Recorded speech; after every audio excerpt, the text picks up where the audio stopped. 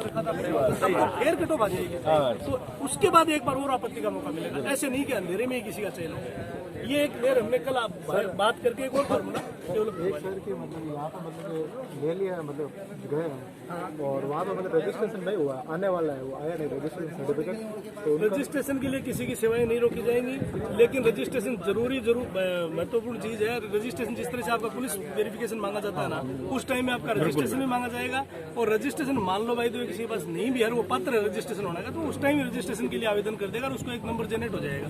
तो रजिस्ट्रेशन के भरोसे किसी नौकरी रुकेगी नहीं, पर उसको रजिस्ट्रेशन कंपलसरी जरूर है। ऐसा नहीं है कि भाई आपका रजिस्टर आप लोगों ने रजिस्ट्रेशन कराया वो बेकार चला गया। ज्वाइनिंग के टाइम होना ही चाहिए। ज्वाइनिंग के टाइम होना ही चाहिए। रजिस्ट्रेशन नंबर भी चलेगा उस टाइम में? हाँ, वो नंबर भी चलेगा, वो बात कोई दिक्कत नहीं। और कोई किसी की शंका हो तो बताओ। फिर वही बात मैंने बोनस के लिए अभी भी बताया कि नहीं, विश्वविद्यालय ने उनको बोनस के स्तर का नहीं माना है, लेकिन सरकार से मार्गदर्शन मांगा गया है। फिर भी सरकार से मार्गदर्शन, क्योंकि ये अपना हाथ बचा के चल रहे हैं। कल को ये तो एक भर्ती एजेंसी है, ये अपना मुंह क्यों काला करवाए? तो इन्होंने सरकार से मार्गदर्शन मांगा है कि भाई इसी से आप मार्गदर्शन प्रदान करें। मैम तो ये एग्जाम करा होगा और कुछ नहीं। किसका? जैसे ऑयल का ले लीजिए, लोविजन का ले लीजिए, मतलब उसके बारे में बात, मेरी बात सुनिए। उसके लिए भी बात हुई है। दो चीजें हैं, एक तो जैसे मान लो खेल के प्रमाण पत्र आए, उनके लिए तो खेल अधिकारी को बुला करके उसकी कमेटी में उसके नेतृत्व में एक पैनल बनाया जाएगा और पैनल सारे जांच करेगा। और क्योंकि आजकल खेल के प्रमाण पत्र ऑनलाइन होते हैं, तो जिन संस्थाओं और जिन अधिकारियों ने जारी किए ना, वहां से उनका वेरिफिकेशन करवाया जाएगा। इनके बारे में जो मेडिकल बोर्ड है वो फैसला करेगा। जो भी जिनकी आप बात करें, पीएच वालों के लिए मेडिकल बोर्ड बैठ करके मेडिकल बोर्ड सारे प्रमाण पत्रों की जांच करेगा। फिर भी जिस कार्यालय से जारी हुए हैं उस कार्यालय से उनका ऑथेंटिसिटी मांगी जाएगी कि पंजीकृत है। ये कल बहुत विस्तार से बात हुई मेरी। लो विजन में क्या है इसमें? मैं कह रहा हूँ बहुत विस्तार से मेरी बात हुई है, बहुत कंफ्यूजन। मैं यही तो कह रहा हूँ, बहुत विस्तार से मेरी बात हुई है। और आप बिल्कुल भरोसा रखें, चाहे यहाँ पे रजिस्ट्रार मैडम है, चाहे भर्ती अधिकारी जितने भी हैं, सारे के सारे बिल्कुल पारदर्शिता बरतने के मूड में हैं। अब कई आपको जो शंका हो रही है ना कि फर्जीवाड़ा हो रहा है, आप आते ही मेरे पे अच्छा मैं बताऊँ आपको, तो उसमें आपको ये समझने की जरूरत है भाई, आपने कोई चीज रखी, आपने ये कहा साहब मेरा होमोग्लोबिन कम है, तो उसका पता कैसे चलेगा? आप ब्लड का सैंपल दोगे, जांच पता चलेगा। आपने कहा, आपसे पूछा साहब आप फॉर्म में होमोग्लोबिन भरवा लिया, आपने होमोग्लोबिन 17 भर दिया, मुझे कहा आपत्ति, मैंने 17 मान लिया। फिर आपको मैंने बुलाया, आपका ब्लड निकाला, ब्लड निकाल के टेस्ट किया, मैंने माना उसको, ये जो मेरी टेस्टिंग में आया, आपने 17 भर दिया, मुझे कहाँ आपत्ति है? तो अभी ये जो लिस्ट आई है, या जो आपने भरा है उसके हिसाब से आई है। और अब जो दूसरी लिस्ट आएगी जिसमें आपको दोबारा आपत्ति मांगी जाएगी, वो फार्मूला विकसित होने के बाद और सारी चीजें डिफाइंड होने के बाद है। तो मैन ये एग्जाम बेस पे क्यों नहीं हो रही है? क्यों सीधी भर्ती क्यों हो रही है? सुनो मेरी बात, मान लिया फर्जीवाड़ा नहीं है, एक भी नहीं है ना, बैकडोर एंट्री है, तो एग्जाम क्यों नहीं हो रहा है? अब इस बात को भी मैं मेरे सिरे से क्लियर कर देता हूँ। आपको जैसे समझना वैसे समझे, अपना अपना बुद्धि है। मैं मेरे तरीके से क्लियर कर दूं इस चीज को। ये जो भर्ती निकली, ये भर्ती निकली कोरोना के दौरान। ये पूरी आज हो रही है वो अलग चीज है, भर्ती निकली कोरोना के दौरान थी। कोरोना के दौरान जब भर्ती निकलेगी तो उस वक्त एग्जाम करने की सिचुएशन, उस टाइम रीट भी रद्द कर दी थी, आपको ध्यान रखना। तो उस टाइम उन्होंने तमाम भर्ती सीधी उससे परसेंटेज से ले रहे थे, चाहे लैब टेक्नीशियन की भी, चाहे जीएनएम की, किसी की भी भर्ती निकल रही थी वो परसेंटेज बेस से निकल रही थी, क्योंकि एग्जाम के हालात उस वक्त नहीं थे और डिपार्टमेंट को आदमियों की जरूरत थी, तो सीधी भर्ती निकाल दी गई।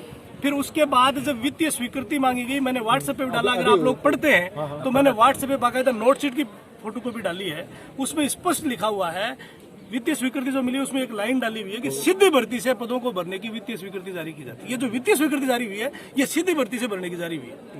इसलिए एग्जाम का तो पैटर्न वही खत्म हो गया, वित्तीय स्वीकृति के वक्त ही खत्म हो गया, तो रास्ते दरवाजे बंद हो गए। किसमें नहीं, आयुर्वेद में एग्जाम भी होते हैं, किसने कहा आपको? एग्जाम भी होती है, आरपीएससी लगी हुई है अपने। मैं आपको बता दूं 2009 में आरपीएससी। सर एक सवाल मेरा है, आपके जो यूनिवर्सिटी का जो स्टाफ है जैसे जी, तो उसका जो कंपाउंडर पे सीट पे काम कर रहा है उन्हीं को ही लेंगे या अदर वालों को भी लेंगे?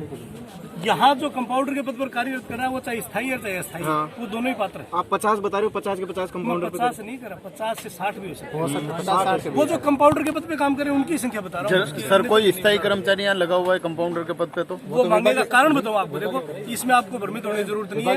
यहाँ 2 स्थायी हैं, यहाँ 2 ने फॉर्म भरा है, सुनील ने भरा और साथ नाम एकवन सिंह ने भरा है, दोनों ही स्थायी कर्मचारी हैं। लेकिन आपको ये बात समझनी होगी कि ये यूनिवर्सिटी सरकारी संस्था नहीं है, ये यूनिवर्सिटी एक ऑटोनोमस बॉडी है। जैसे आपकी नर्सिंग काउंसिल है वैसे ये ऑटोनोमस बॉडियां होती है, अर्ध सरकारी संस्थान होते हैं। और जो अर्ध सरकारी संस्थान होते हैं उससे आदमी सरकारी में जाना चाहेगा, हर आदमी को अपना वेलफेयर करने का हक है। एनआईए में भी एक आदमी परमानेंट लगा हुआ है, कल जो हंसराज की बात आई वो परमानेंट लगा हुआ है, उसने आवेदन किया है। क्यों किया है? क्योंकि वहाँ ग्रेड पे 2800 मिल रही है उसको, यहाँ ग्रेड पे 3600 मिल रही है। कौन आदमी है जो अपना भला नहीं चाहेगा? तो सर उसको यूनिवर्सिटी बोनस का पत्र मानेगी उसको? क्यों नहीं मानेगी? जिसने यूनिवर्सिटी में सेवाएं दी उनको सबको नहीं, वो स्थायी कर्मचारी कर्मचारी तो सेवाएं तो दी है ना। नहीं, तो उसका बोनस उसको बोनस क्यों नहीं मिलेगा जब उसने सेंटर में दे रहा है उसको बोनस मिलेगा? तो सेंटर वाले को नहीं नहीं मिलेगा ना, सेंटर के कर रहा है। केवल यूनिवर्सिटी की बात कर रहा हूँ, केवल यूनिवर्सिटी की बात कर रहा हूँ। मैंने आपको यही बता दिया कि अंडर 100 लोग रहेंगे, बोनस वाले पात्र जो है वो 100 से कम ही रहेंगे। और वो लोग वो हैं जिन्होंने या तो इस राजस्थान आयुर्वेद विश्वविद्यालय इसको सेवाएं दी हैं या फिर जिन्होंने एनएचएम में सेवाएं दी, इसके अलावा और कोई पात्र नहीं। और ये बीपीएल वाला वो क्या है? बोनस देते हैं उसमें एग्जाम नहीं होती। नहीं, ऐसा नहीं है। बोनस एग्जाम के बाद भी दिया जा सकता है। बोनस देने के लिए कहीं रोक नहीं है। परसेंटेज आपकी परसेंटेज का 70% मान करके फॉर्मूला विकसित कर दिया जाता है। वो तो एक प्रश्न और सर, इन डिपार्टमेंट कोई लगा हुआ है जैसे यूनानी में लगा हुआ है, वो अपना डिपार्टमेंट चेंज करके आयुर्वेद में आना चाहता है। इन्फॉर्मेशन ये गलतफहमी एक को भी पालने की जरूरत नहीं है। व्हाट्सएप के अफवाहों पे मत जाओ। ये व्हाट्सएप वाला ज्ञान दे रहे हो आप, जो बता रहे हो ना, ज्ञान नहीं है सर। नहीं, मैं तो सुनो, ये व्हाट्सएप के अफवाहों का ज्ञान है जो आपने लिया है कहीं से। भाई आपके पास जो सूचना है व्हाट्सएप चाहिए। एक भी आदमी ऐसा नहीं है हिंदुस्तान में जो अपनी पक्की पकाई नौकरी छोड़ करके दोबारा प्रोबेशन फेस करेगा। प्रोबेशन में रुपए मिलते हैं 19,000। सही बात बोली सर। और सारे 34-35 हजार तो ले रहे हैं रुपए। 3-3 साल की सीनियोरिटी होगी, एक दिन की सीनियोरिटी बहुत बड़ी होती है। और होम्योपैथी यूनानी में 5 साल बाद ही प्रमोशन के चांसेस हैं। आयुर्वेद के अंदर तो प्रमोशन चांसेस बनते हैं 9 साल बाद। कौन है जो होम्योपैथी यूनानी छोड़ेगा? ये ब्रह्म में मताओ किसी के लोग कुछ ही कह देते हैं, उसको उठा के चक देते हैं। एक भी आदमी होम्योपैथी यूनानी से नहीं आएगा। पिछली बार लोगों ने फॉर्म जरूर भरे थे। क्यों भरे थे? कि उनको टाइम 6-7 महीने हुए थे, तो उनको भी डिपार्टमेंट ने एनओसी नहीं दी थी, लगा एक भी नहीं था। ये जो 2018 के पीछे जो आई ना वेटिंग, वो वेटिंग उसी चीज की आई थी। सर एक बात की मतलब ये तो मान लो परसेंटेज बेस पे हो रही है, ये तो हो जाएगा। आगे मतलब भविष्य में उसके लिए आगे भविष्य के लिए अभी हमारी भर्ती हुई थी, अभी हमारी डायरेक्टर के साथ वार्ता हुई थी, उसमें हमने पहला मुद्दा यही उठाया कि भविष्य की जितनी भी भर्ती हो, चाहे कोई भी भर्ती हो, एग्जाम से होनी चाहिए। तो चलो कोरोना काल की भर्ती थी, लेकिन फ्यूचर की कोई भी भर्ती जिसमें सबको मौका मिलना चाहिए। एक भी अभ्यर्थी ऐसा नहीं जो परसेंटेज बना के आ जाए, यहाँ नौकरी लग जाए। भविष्य की सभी भर्ती एग्जाम से होनी चाहिए। ये मांग उठाने वाला पहला आपका भाई धर्मेंद्र फोगाट है और हमेशा उठाएगा। और जितनी भी लंबी लड़ाई लड़नी पड़े, इस बात का वचन देता हूँ। इस भर्ती को रोकना तो मूर्खता थी, क्योंकि इसकी द्वितीय स्वीकृति उसी नाम से जारी हुई थी, तो लड़ने का भी कोई औचित्य नहीं था। गुमराह नहीं कर रहा हूँ, आपको अंधेरे में नहीं रखा। नोटशीट की कॉपी भेजिए, अभी भी किसी को चाहिए तो अभी यहाँ खड़े खड़े दिखा सकता हूँ नोटशीट की कॉपी, क्योंकि भ्रम दूर होना जरूरी है। कुछ चीजों में पारदर्शिता नहीं होती है ना, तो फिर वो चीजें गलत दिशा में जाती हैं। लगता है जैसे कोई साजिश हो रही है हमारे साथ। फिर मैंने अभी भी 1 मिनट पहले बताया, एक भी नहीं आएगा। जरूर नहीं है। पहली बात तो कोई आया नहीं है। दूसरी बात फिर अरे नहीं आया मैडम, आपको गलत सूचना, आपको व्हाट्सएप की सूचना है नहीं है। होम्योपैथी में लगा हुआ एक भी आदमी नहीं आएगा। दूसरी बात 2018 में भी ऐसे प्रयास हुए थे, 4-5 आए थे। डिपार्टमेंट एनओसी नहीं देता है, डिपार्टमेंट की एनओसी के बिना जारी नहीं कर सकते, तो नौकरी कोई नहीं लगेगा। फॉर्म वेरिफिकेशन भी करवाए तो नौकरी नहीं लगेगा, क्यों? डिपार्टमेंट उनको एनओसी नहीं देता है। ठीक है, 2018 में भी यही हुआ।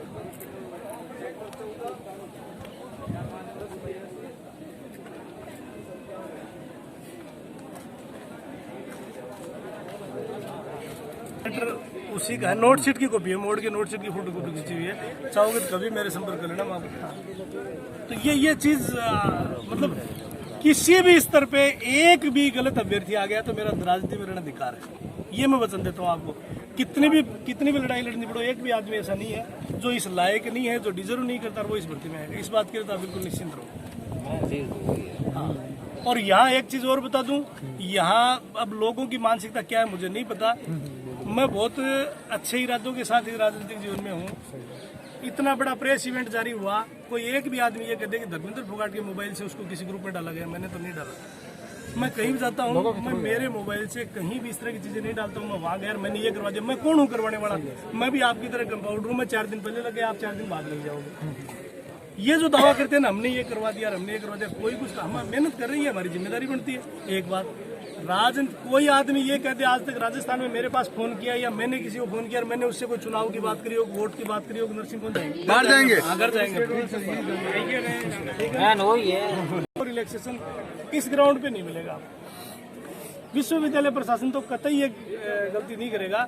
आपको अगर इसके में रिलीज चाहिए तो आप संपर्क करें डायरेक्टरेट में या सेक्रेटरी। हो गया फाइनल सेलेक्ट। तो उसमें सर मतलब ये भी लिखा है कि इतने स्पोर्ट्स वाले हुए हैं आगे, मतलब कोटे, हाँ कोटे वाइज होगी, डाइवोर्स वाले बिल्कुल कोटे वाइज होगी। उसके अंदर बाकायदा नाम क्या यस लिखा होगा, ये इस कोटे में, ये इस कोटे में, क्या दिक्कत है? स्थायी आएगी वो, हाँ? स्थायी आएगी। आपत्ति क्यों मानी जाएगी? उसमें भी स्थायी होगी। स्थायी का मतलब ये है कि इनकी तरफ से वो फाइनल लिस्ट होगी कि भाई हमने इनको योग्य माना है। उसके बाद आपकी आपत्ति मांगी जाएगी, संशोधन होने की गुंजाइश उसमें होगी, वो फाइनल नहीं है। संशोधन उसमें भी होंगे, लेकिन उसमें संशोधन के लिए आपको आपत्ति दर्ज करानी पड़ेगी, पर इनकी तरफ से वो फाइनल लिस्ट होगी। ठीक है ना?